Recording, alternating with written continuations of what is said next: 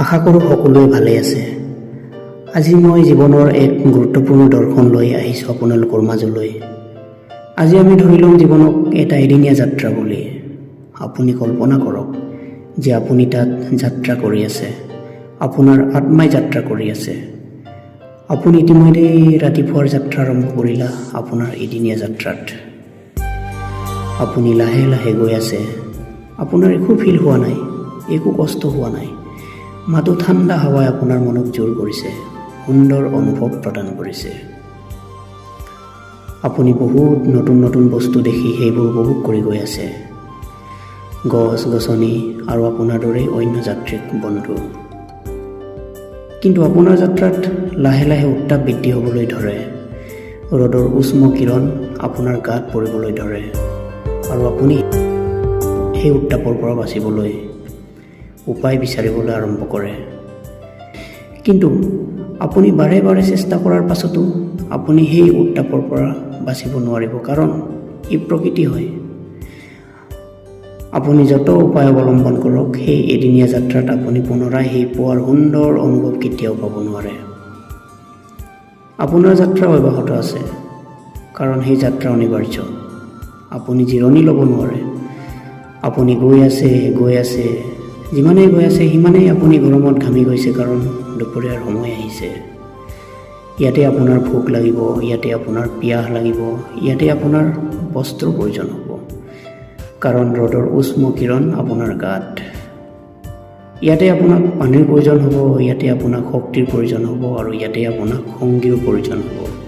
তথাপি আপুনি গৈ আছে, এই যাত্ৰাৰ মুখত আপুনি গৈ আছে, কাৰণ আপোনাৰ আশা যে আগলৈ আৰু কি হ'ব, কি পাম, কাক লগ পাম আৰু কি দেখিম। আশাই আপোনাক লৈ গৈছে আৰু আগুৱাই লৈ গৈছে আপোনাৰ যাত্ৰা।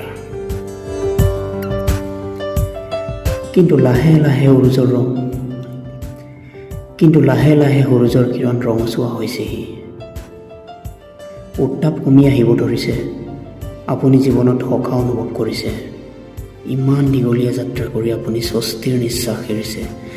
কিন্তু আপুনি ভাগৰুৱা। আপুনি আপোনাৰ সমগ্ৰ যাত্ৰাত যি বুটলি আনিছিলা সেই সকলো উপভোগ কৰিবলৈ আপোনাৰ মন নোযোৱা হৈছে, কাৰণ আপুনি ভাগৰুৱা।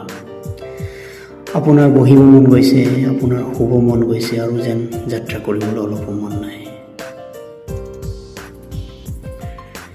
জীৱন মাত্ৰ সেই এদিনৰ যাত্ৰা, ৰাতিপুৱাৰ পৰা গধূলিলৈ। সেই ৰাতিপুৱাৰ সময় আপোনাৰ আটাইতকৈ সুন্দৰ ক্ষণ, আৰু দুপৰীয়াৰ সময়ছোৱা আপোনাৰ আটাইতকৈ দীঘলীয়া ক্ষণ। দুপৰীয়াৰ সময়তেই আপুনি সকলো পাব, আৰু আপোনাৰ আশাও অধিক হ'ব। সংগ্ৰাম তাতেই, জীৱন তাতেই, কাৰণ তাৰ পাছত আপুনি ভাগৰি পৰিব, কাৰণ যাত্ৰাৰ শেষত সকলো ভাগৰি যায়। এই যাত্ৰা চলি থাকিব কণ্টিনিউ। আপুনি নাথাকিলেও যাত্ৰা কোনোদিনেই স্তব্ধ নহয়। এই সমগ্ৰ যাত্ৰাত আপুনি কি কৰিলে সেয়া পিছলৈ কোনো মনত নাৰাখে, মাত্ৰ আপুনি কৰা এটা কামৰ বাহিৰে। সেয়া হ'ল নেক্সট যাত্ৰীৰ সুবিধাৰ বাবে আপুনি কৰি যোৱা কাম। আপুনি আপোনাৰ যাত্ৰাৰ বাবে আপুনি বহুত কৰিব পাৰে। আপুনি মহতিয়াই লৈ যাব পাৰে গছ গছনি। আপুনি আপোনাৰ যাত্ৰাৰ বাবে ৰাস্তা বনাই যাব পাৰে। সেই ৰাস্তাৰে কত যাত্ৰী আহিব অনাগত দিনত, আৰু সেই প্ৰক্ৰিয়া চলি থাকিব অনাগত দিনলৈ। সেই এদিনীয়া যাত্ৰাত গৈ আছে আপুনি, মই আৰু আমি প্ৰেম কৰিছোঁ, অনুভৱ বিলাইছোঁ আৰু কাম কৰিছোঁ। জীৱনটো এনেকৈয়ে এদিনকৈ পাৰ হৈছে। সকলোৱে যিকোনো প্ৰকাৰে নিজক জীয়াই ৰাখিব পৰাকৈ বাট মুঠিৰ যোগাৰ কৰিছে। সেই প্ৰক্ৰিয়া চলি থাকিব। কিন্তু আমাৰ সেই এদিনীয়া যাত্ৰাত এটা সাধাৰণ কাম আছে সকলোৰে, এটা কমন টাস্ক সকলোৰে আছে। সেয়া হ'ল অনাগত যাত্ৰীৰ বাবে আমি কি কৰি যাম। আমাৰ দুটা অপশ্যন আছে। আমি নহয় নিজৰ যাত্ৰাৰ সুচলৰ বাবে গছ গছনি কাটি সুন্দৰ সুন্দৰ অট্টালিকা বনাই যাব পাৰোঁ, নতুবা আহিবলগীয়া যাত্ৰীৰ বাবে নিজক ছেক্ৰিফাইচ কৰি চিম্পল লিভিং এডাপ্ট কৰিব পাৰোঁ। সেয়াই হৈছে দুটা অপশ্যন। এটা হ'ল বিলাসী জীৱন, আনটো হ'ল হৰৰ জীৱন। বিলাসী জীৱনৰ element social media, artificial intelligence, AC, motor, ammunition, missile, nuclear reactor, dam, welding, radio' communication factory, এইবোৰেই হ'ল বিলাসী জীৱনৰ এলিমেণ্ট। চিম্পল লিভিঙৰ element, limited lifestyle according to nature. বিলাসী জীৱনৰ এলিমেণ্ট প্ৰকৃতিয়ে দিছে, কিন্তু সেইবোৰ বিলাসী হৈছে মাত্ৰ আনলিমিটেড কনজামশ্যনৰ বাবে, আনলিমিটেড ডেষ্ট্ৰয়ৰ বাবে। এতিয়া আপুনি সেইবোৰ বুজি পোৱাৰ পাছত আপুনি কেনেধৰণৰ লাইফষ্টাইল এডাপ্ট কৰিব সেইটো আপোনাৰ ওপৰত ডিপেণ্ড কৰে। মই সেইটো ক্লিয়াৰ কৰি দিওঁ যে আপুনি আপোনাৰ চৌপাশৰ পৃথিৱী সলনি কৰিব পাৰে আপুনি জীয়া চিম্পল লিভিঙৰ দ্বাৰা। আপুনি যেতিয়া চিম্পল লিভিং এডাপ্ট কৰিব তেতিয়া কনজামশ্যন ৰিডিউচ হ'ব। আপুনি যেতিয়া চিম্পল লিভিং এডাপ্ট কৰিব তেতিয়া কনজামশ্যন ৰিডিউচ কৰিব আৰু আপুনি আপোনাৰ জীৱনৰ সম্পত্তি আপোনাৰ সন্তানৰ বাবে ছেভিং কৰিব পাৰিব। আৰু আমাৰ সকলোৰে কনজামশ্যন যেতিয়া কম হ'ব তেতিয়া আমাৰ পৃথিৱীৰ আয়ুস বৃদ্ধি হ'ব।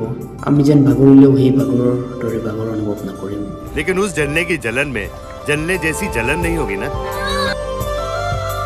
জীৱনক অযথা দৌৰত ভাগৰাই নতুলিব। চিম্পল জাৰ্ণি এডাপ্ট কৰক। যেতিয়া আপোনাৰ জীৱন যাত্ৰাৰ আবেলি আহিব তেতিয়া আপুনি কম ভাগৰুৱা হ'ব। আপোনাৰ সেই চিম্পল লিভিঙৰ ডিচিশ্যন আপোনাৰ সন্তানৰ বাবে নহয়, সেয়া সমগ্ৰ পৃথিৱীৰ বাবে।